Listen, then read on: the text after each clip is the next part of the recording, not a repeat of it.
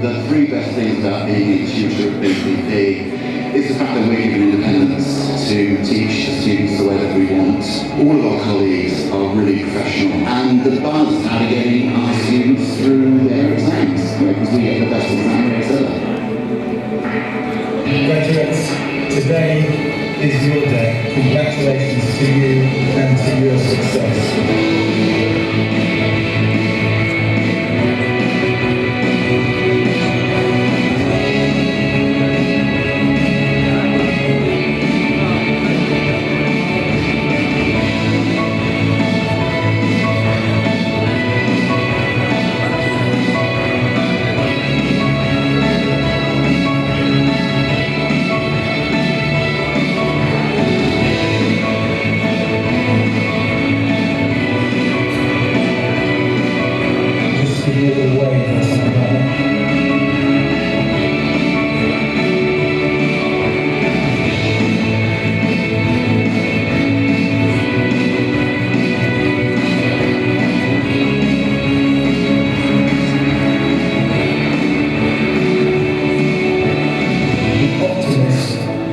Opportunity in every difficult. So the world is your opportunity, graduates. Seize it, do fantastic and great things, and enjoy today. It's your day.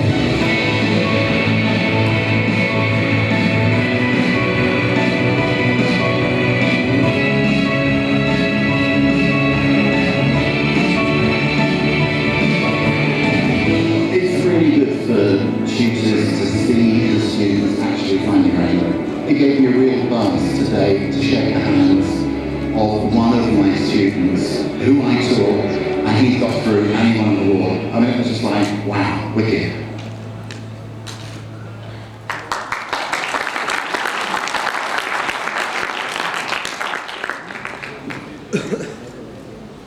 बार-बार राजेश जी पीछे से मेरे को धक्का दे रहे हैं कि बच्चों को खाने भी दो भी. I think that's the presentation, and I hope you enjoyed the presentation. I hope you found that valuable. Before we move on to the next session, I wanted to ask you guys if you had any questions to ask myself, Vicky Knight, or Khairul Alam, who's the Director of Admissions. Feel free to share whatever concerns you have, whatever questions you have. Get as much answers and information that you can from Vicky and Khairul while they're here with us. Sir, one question. After the MBA International Business, like we can work there in UK, or we have to return back to India? I think I'll let Vicky step in. After you complete the international MBA, what are the career prospects in the UK? Okay, well at the moment, as you know, we don't currently have the option for students. I mean, this isn't EDP, this is the UK government. Your visa is for the period of study, which is why so many students take that 6-month work placement opportunity, because it does give them that chance to work. However, you may have heard about this situation we have in the UK called Brexit. Any of you heard about that? I think one of the good things that might come from that is I think the government is reviewing opportunities for students to stay on after the completion of their studies in order to work. And at the moment, I know it's under consideration, and my own feeling, and this is my opinion, is that India is likely to be one of the first countries on the list for that opportunity.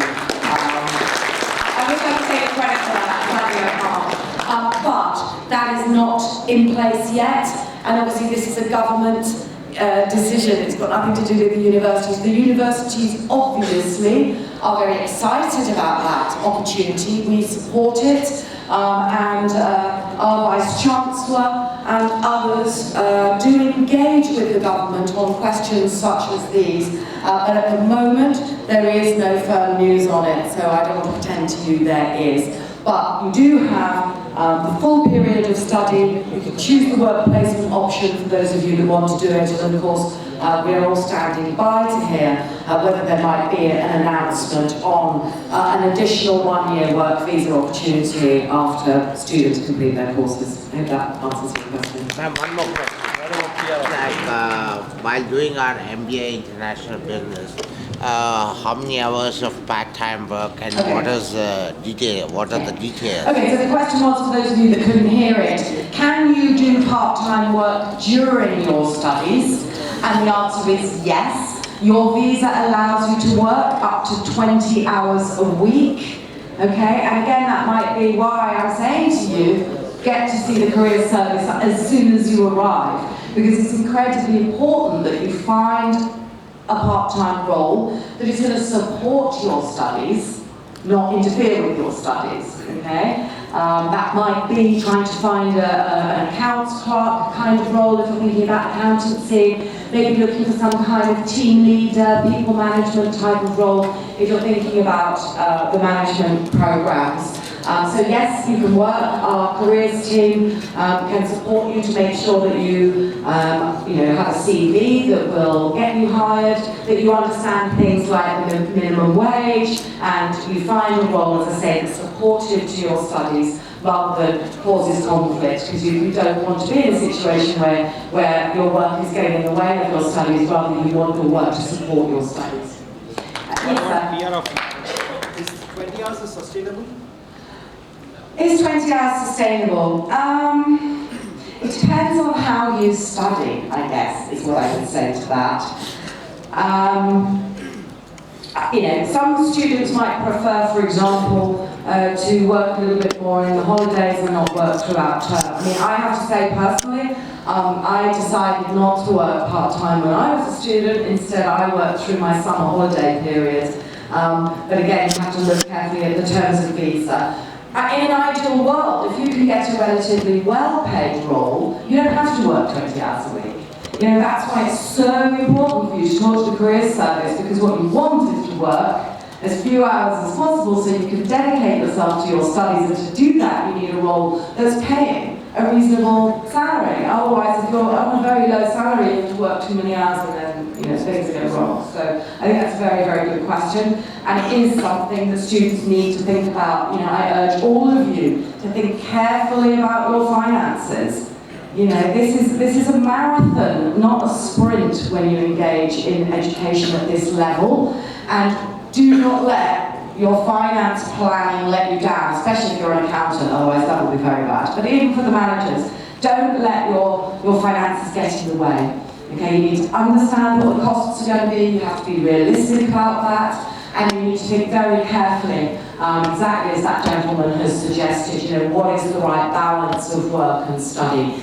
This is incredibly important for you. You can't just arrive and make it up once you get there. You need to plan and think carefully, because I think the gentleman does make a very good point about how do you balance your time. One more question. Sorry, I'll catch you. For the accommodation, like what is the living, what is the costs and all? I don't know who can best speak to the cost of living. Accommodation. What's the cost of accommodation? The answer is, it could be almost anything, like anywhere in the world. It depends on the accommodation you choose. So one of the most important things to think about is what part of London do you want to be in? Obviously, if you're in the centre, it's more expensive. You may want to be a little bit out. The good news is Shepherd's Bush campus is a little bit to the west of London, so already that's a slight